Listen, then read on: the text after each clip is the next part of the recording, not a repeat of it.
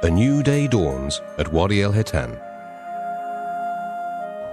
Massive skeletal remains lie silent, a testament to eons of change in this dry, seemingly lifeless desert. In the background, rock pillars stand like ancient ruins rising from the desert floor. Beyond the wadi and its geological splendors lie unspoiled natural phenomena. A variety of landscapes in the endless sands, from long, sinuous dunes to rugged cliffs to gem-like oases. This land holds the vast wealth of past inhabitants, a wealth extending back before the birth of civilization. Our story takes us to a distant past, when the Sahara Desert was partially covered by an ancient sea and inhabited by prehistoric beasts that ruled the earth, like the creature once called the king lizard, later known to science as the prehistoric carnivorous whale, Basilosaurus isis. Today, Wadi Al-Hitan, or Valley of the Whales, lies to the west of the eternal Nile River, 170 kilometers southwest of Cairo, bordering the oasis of Fayoum. Wadi Al-Hitan is located inside Wadi Al-Rayan protected area, gateway to the western desert of Egypt. Human habitation in this part of Egypt dates back 900,000 years. Great civilizations have left a unique wealth of monuments, bearing witness to a glorious past. Archaeological sites of global importance abound, and even today, new discoveries are being made. Today, the area supports communities of fellahin who farm nearby land and fish in the two lakes. This intriguing desert and oasis region is also home to internationally designated important bird areas and to secretive wildlife.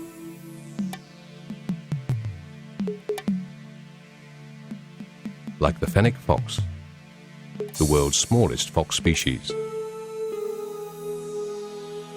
The valley was once the site of an ancient sea, which extended far south of today's Mediterranean. Scientists believe that Wadi Al-Hitan was a protected bay or inland sea, rather than an open ocean. The sea retreated and advanced over the millennia between about 250 and 35 million years ago.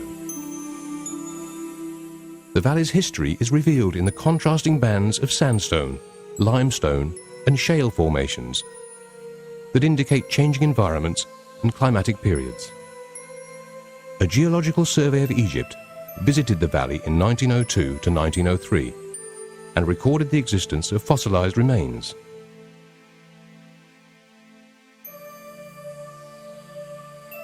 But it wasn't until 1983 that the University of Michigan turned its attention to the unexplored potential of the valley. In 1989, the team of Michigan paleontologist Dr. Philip Gingrich discovered an early whale displaying the remains of hind limbs and feet. This discovery triggered intense interest in the valley, and especially in the evolution of whales.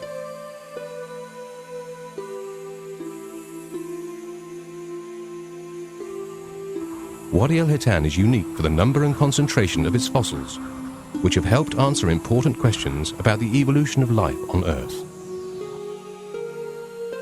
A total of 379 whale fossils have been found, comprising 3 different species dating back 40 million years.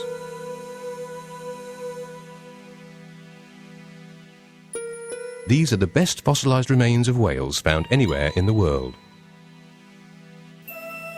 They range from young to old, and many have been found in death positions. And even today, new discoveries are being made. This is backbone, and the skull is shifted off on the side. The teeth here are perfect still. These remains capture the evolutionary changes that were taking place in the whales at that time. They evolved from being land-based animals to being the ocean-going mammals that we know today. The fossils are a major clue to our understanding of this transition and to the environmental changes that compelled it. Oh, these teeth are just beautiful. They have 3 big incisors. We only have 2. And then they have a big canine tooth like we do, only bigger here. And then they have 4 teeth behind that replace baby teeth, and then they have 3 permanent molars, as we call them. Now, this is just...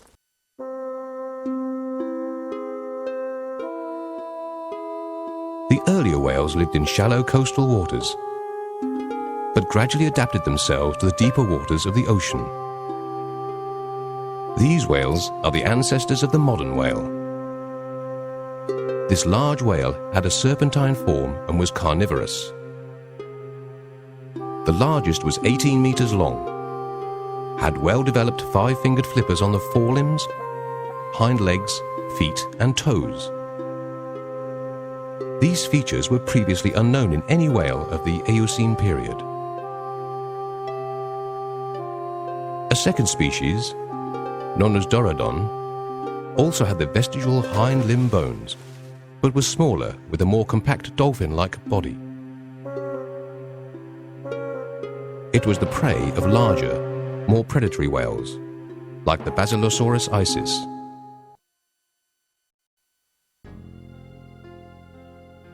Scientists believe that the abundance of fossilized life at Wadi Al-Hitan suggests that this was a stable environment, perhaps for hundreds of thousands of years. During this time, there was a slow accumulation of whales that probably died naturally of old age, disease, stranding by tides, or predation by other whales. Prevailing winds may have concentrated carcasses of dead whales by blowing them toward the shallow mangrove-lined bays. Following this stable period, when the rocks and fossils of Wadi Al-Hitan were formed, the most recent of our planet's great extinctions occurred at the very end of the Eocene epoch, about 37 million years ago. At that time, temperatures in the oceans and on the continents declined. Life cycles and food chains in the oceans were reorganized. Scientists believe the Basilosaurus became extinct,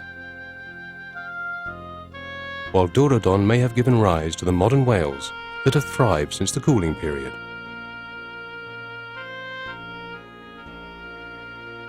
The whales of Wadi Al-Hitan shared their environment with the ancestors of about 19 other vertebrate species that have been found here, such as crocodiles, dugongs, sharks, rays, bony fishes, and sea turtles. Fossils of dozens of species have been identified so far, including mangrove trees and a large variety of invertebrate fauna, such as mollusks and crabs.